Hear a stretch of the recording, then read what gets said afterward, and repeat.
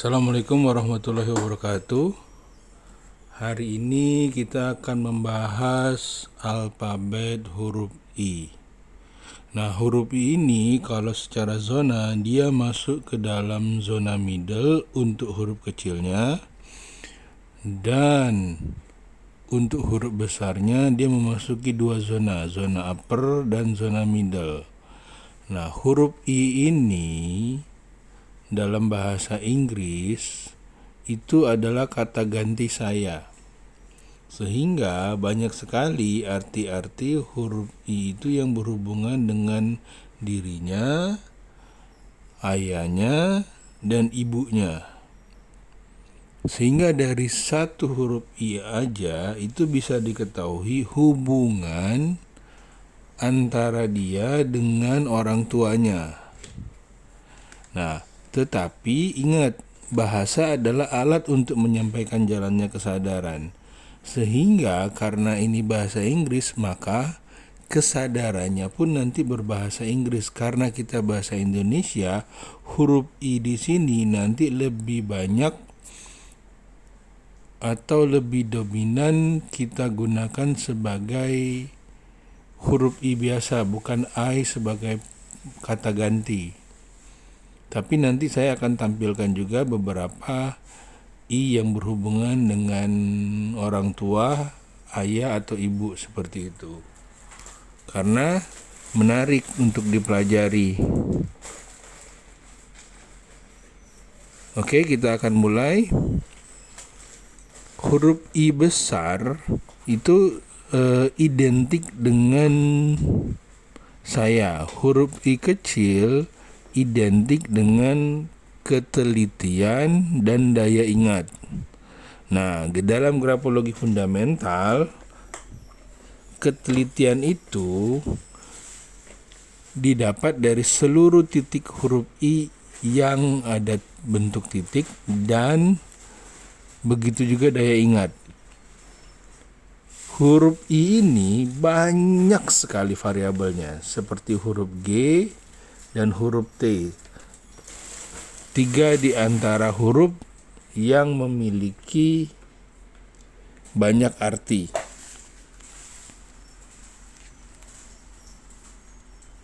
Sekarang huruf I itu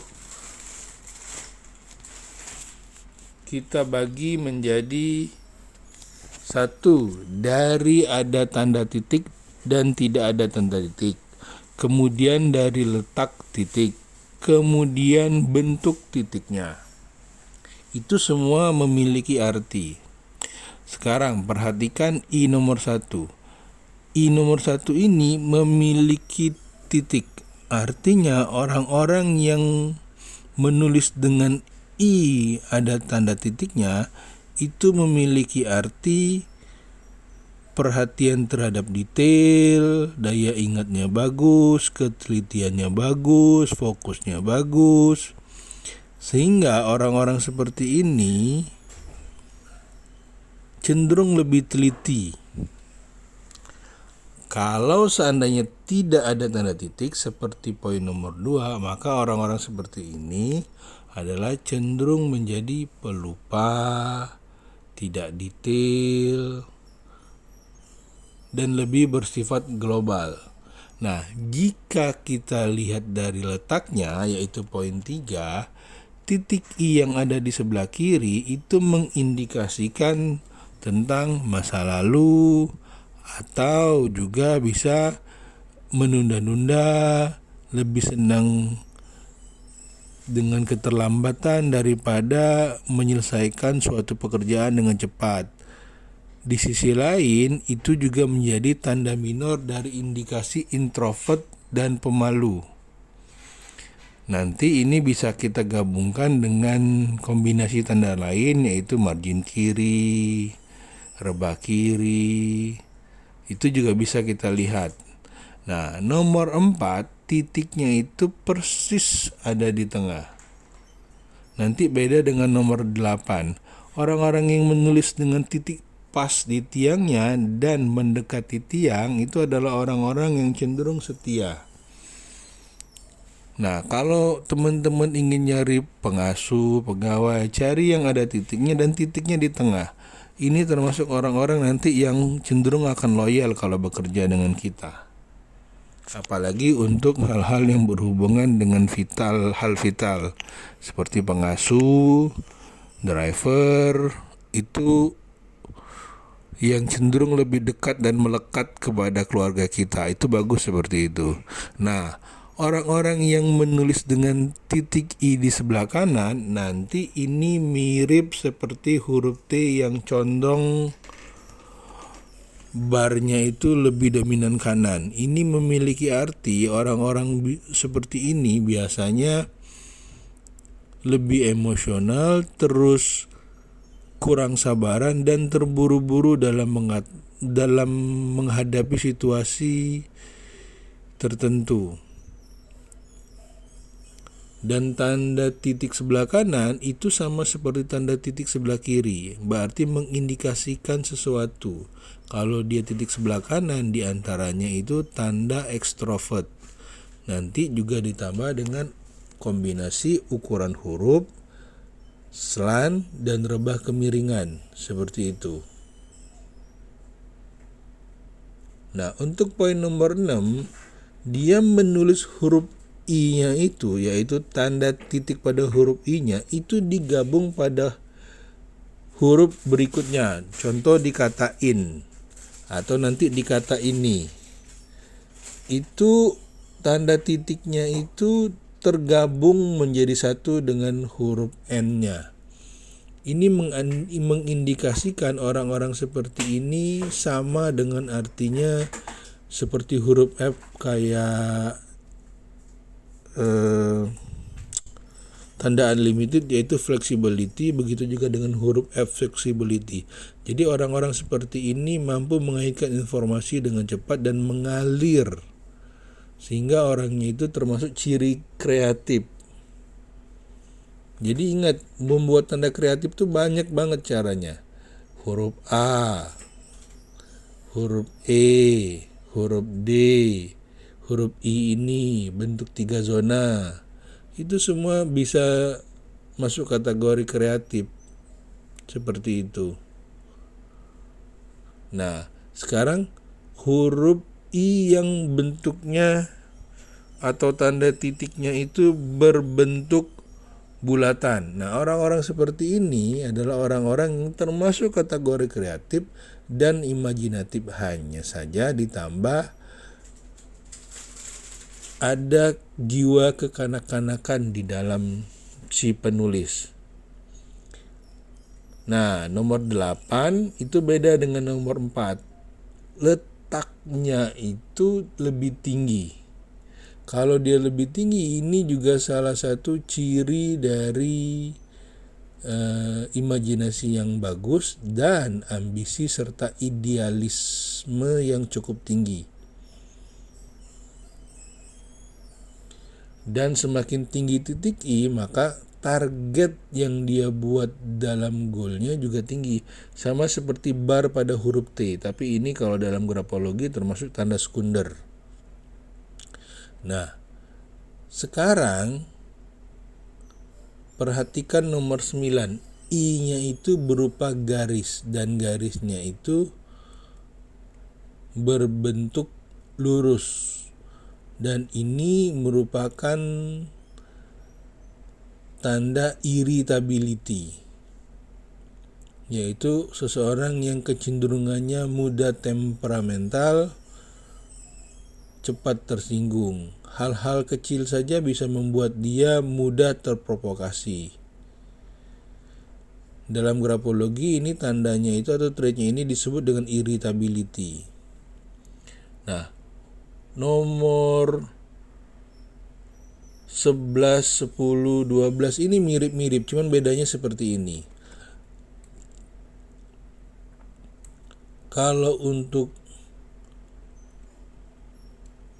10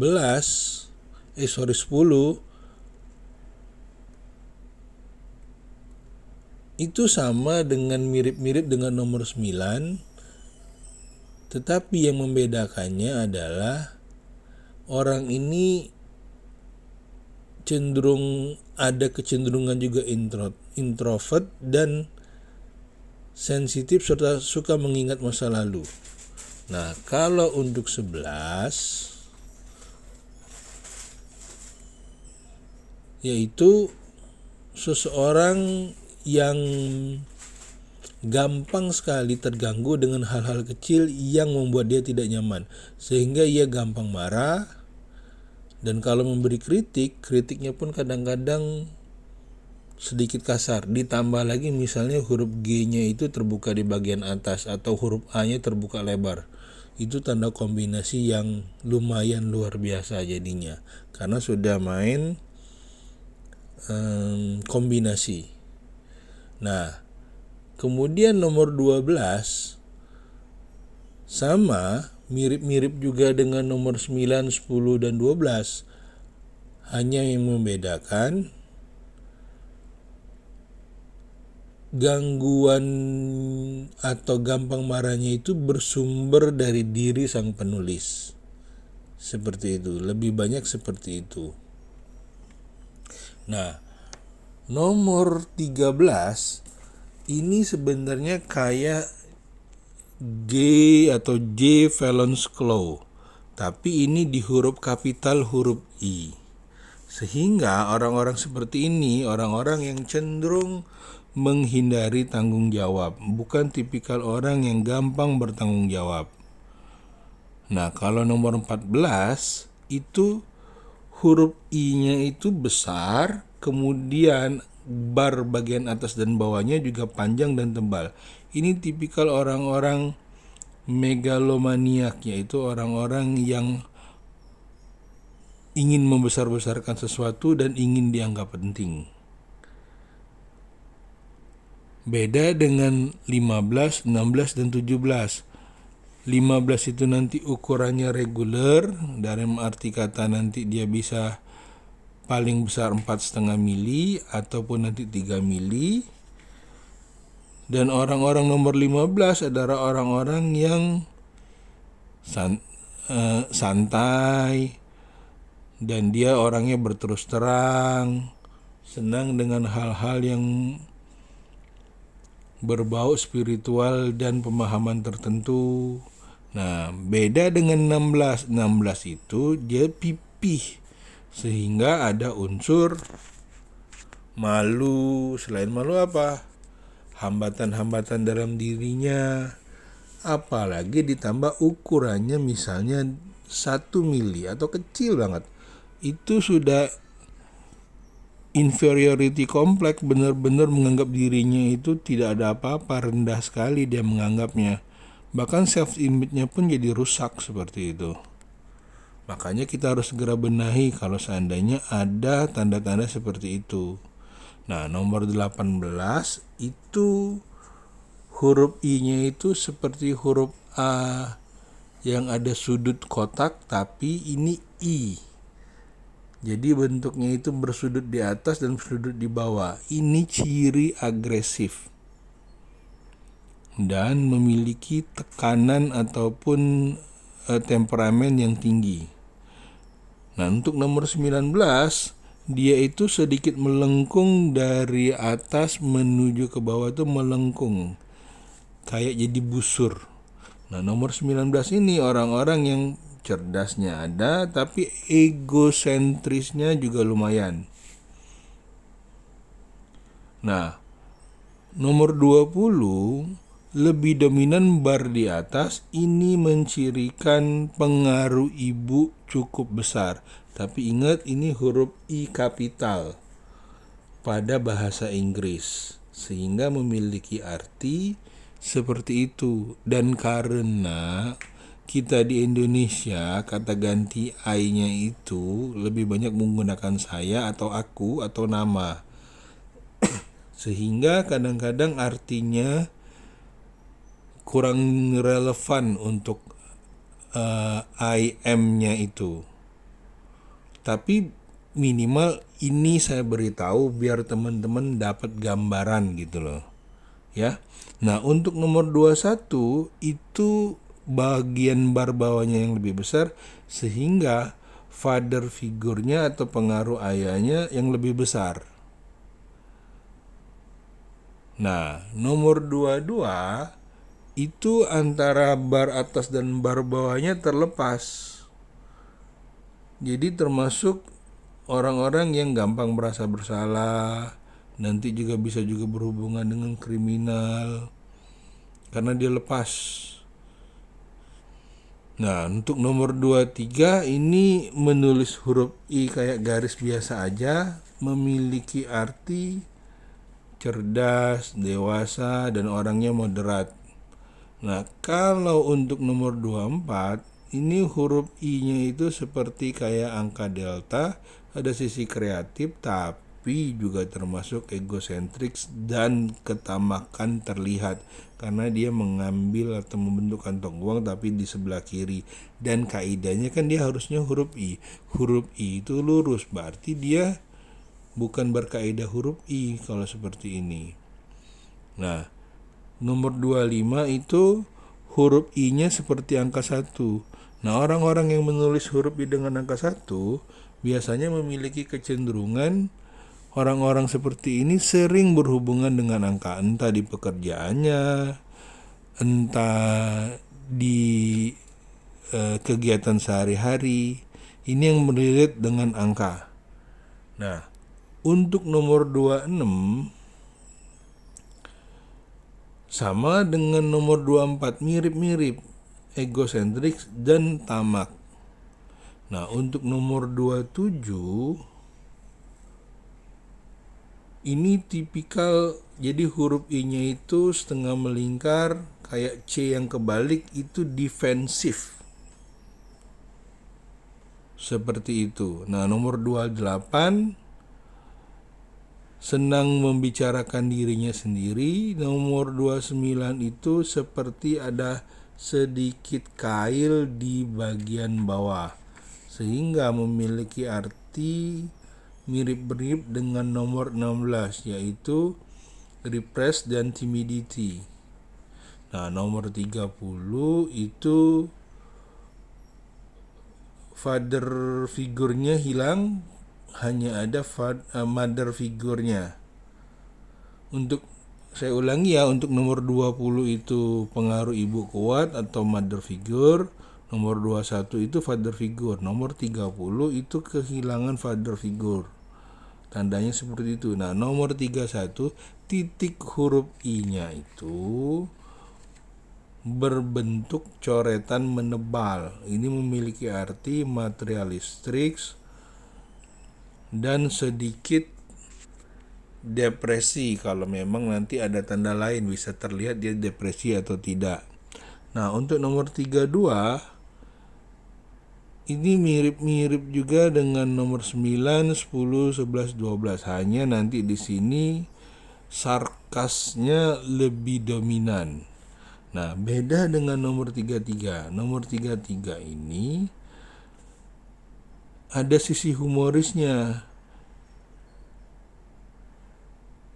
Nah, nomor 34 huruf I kemudian ada huruf S. Ini mencirikan money oriented. Jadi orang-orang menulis dengan huruf I seperti dolar ini ya termasuk orang yang jadi money oriented. Nah, jadi dari sekian banyak bentuk tulisan ini, mana bentuk tulisan yang bagus? Saya merekomendasikan nomor 1, nomor 4, nomor 8, nomor 6 itu juga boleh, nomor 15 itu yang nomor 23, itu yang bisa di teman-teman tiru. Nah, selain dari itu, yang tidak boleh ditiru itu 9, 10, 11, 12, 13, 14 juga jangan, 17, 16 jangan, 19 jangan, 18 jangan, 20, 21, 22 juga jangan, 23 oke ya, tandanya tanda bagus itu. 31, 32 itu juga jangan, 34 juga jangan, boleh lah kalau 34 kalau memang mau sesekali karena itu sebagai untuk pemancing. Nah, Ingat, dalam grafologi itu berlaku hukum bolak-balik. Tulisan tangan berubah, karakter berubah, tulisan tangan berubah. Sehingga dengan membenahi bentuk tulisan, itu akan mempengaruhi pikiran bawah sadar seseorang. Oleh karena itu, saya sarankan bagi teman-teman untuk tetap belajar berlatih terapi menulis, membentuk karakter-karakter yang jauh lebih bagus dari kesehariannya. Huruf I ini sebenarnya masih banyak lagi, tetapi saya sampai di sini aja. Kenapa? Karena gambarnya itu kalau di terapi menulis saya nanti tidak relevan ataupun jarang terlihatnya. Paling enggak saya berikan yang sering kita pakai aja, dan ditambah beberapa yang nanti bisa juga teman cek di tulisan teman-teman apakah seperti itu atau enggak. Oke. Saya pastikan dulu lagi. Oke, nah pada saat menulis kata I am, huruf I di situ, di I di situ gunakan huruf kapital, karena beberapa teman-teman menulis I am-nya itu I-nya menggunakan I kecil, padahal di situ harusnya I kapital. Untuk membuat teman-teman menjadi lebih menyadari dan membentuk harga diri yang cukup bagus. Seperti itu. Oke, sampai ketemu nanti kita di pembelajaran huruf lainnya lagi. Yaitu nanti sekali lagi ketemu kita ke huruf yang lain.